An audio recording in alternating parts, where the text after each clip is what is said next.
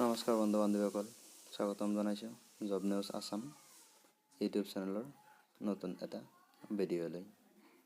আজি আমি এই ভিডিঅ'ত অসম চৰকাৰৰ যিকোনো চাকৰিৰ পৰীক্ষাৰ বাবে আহিবলগীয়া কিছুমান অতি গুৰুত্বপূৰ্ণ প্ৰশ্নৰ উত্তৰ আলোচনা কৰিম। গতিকে আহক দেৰি নকৰাকৈ ভিডিঅ'টো আৰম্ভ কৰোঁ। প্ৰথম প্ৰশ্ন, লক্ষ্মীনাথ বেজবৰুৱাক কোনে ৰসৰাজ উপাধি প্ৰদান কৰিছিল? উত্তৰ, অসম সাহিত্য সভাই। অসম সাহিত্য সভাই লক্ষ্মীনাথ বেজবৰুৱাক ৰসৰাজ উপাধি প্ৰদান কৰিছিল। দ্বিতীয় নম্বৰ প্ৰশ্ন, অসমৰ প্ৰথমখন সাপ্তাহিক বাতৰি কাকতখনৰ নাম কি? উত্তৰ, অসম মিহিৰ। অসম মিহিৰ হ'ল অসমৰ প্ৰথমখন সাপ্তাহিক বাতৰি কাকত। 3 নম্বৰ প্ৰশ্ন, মানস নদীৰ নাম ক'ৰ পৰা আহৰণ কৰা হৈছিল? উত্তৰ, সৰ্বদেৱী মানসাৰ পৰা। সৰ্বদেৱী মনসাৰ পৰা মানস নদীৰ নাম আহৰণ কৰা হৈছিল। 4 নম্বৰ প্ৰশ্ন, অসমীয়া ছবিয়ে কিমান চনত প্ৰথমবাৰৰ বাবে ৰাষ্ট্ৰীয় সন্মান পাবলৈ সক্ষম হৈছিল? উত্তৰ, 1985 চনত। 1985 চনত অসমীয়া ছবিয়ে প্ৰথমবাৰৰ বাবে ৰাষ্ট্ৰীয় সন্মান পাবলৈ সক্ষম হৈছিল। 5 নম্বৰ প্ৰশ্ন, স্বৰ্ণকমল বঁটা লাভ কৰা প্ৰথম অসমীয়া ছবিখনৰ নাম কি? উত্তৰ, হালধীয়া চৰায়ে বাওধান খায়। হালধীয়া চৰায়ে বাওধান খায় সৰ্বপ্ৰথম স্বৰ্ণকমল বঁটা লাভ কৰা অসমীয়া ছবি।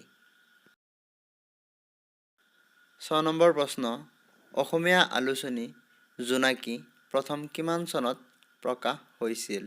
উত্তৰ, 1889 চনত। 1889 চনত অসমীয়া আলোচনী জোনাকী প্ৰথম প্ৰকাশ হৈছিল।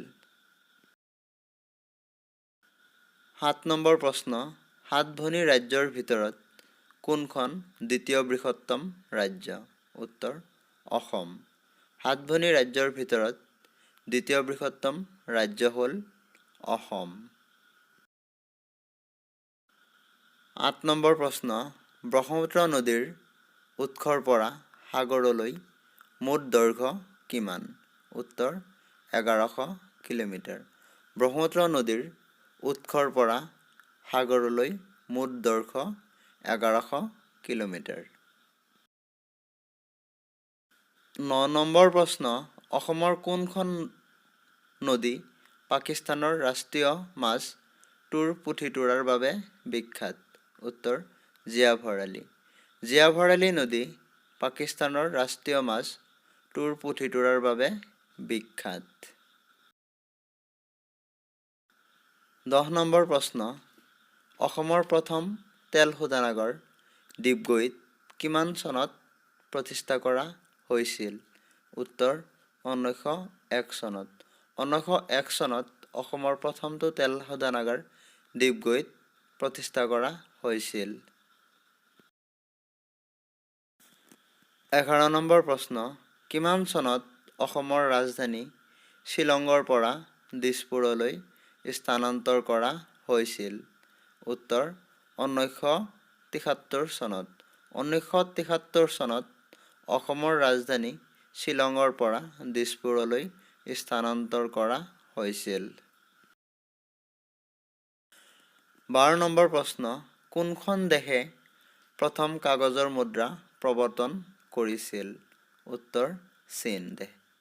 চীন দেশে সৰ্বপ্ৰথম কাগজৰ মুদ্ৰা প্ৰৱৰ্তন কৰিছিল। 13 নম্বৰ প্ৰশ্ন, 2019 চনৰ বাঘৰ লোকপিয়ল অনুসৰি অসমত বাঘৰ সংখ্যা কিমান আছিল? উত্তৰ, 190টা। 2019 চনৰ বাঘৰ লোকপিয়ল অনুসৰি অসমত 190টা বাঘ আছিল। 14 নম্বৰ প্ৰশ্ন, কোনখন জিলাক অসমৰ শস্য ভঁৰাল বুলি কোৱা হয়? উত্তৰ, ধুবুৰী জিলাক। ধুবুৰী জিলাক অসমৰ শস্য ভঁৰাল বুলি কোৱা হয়।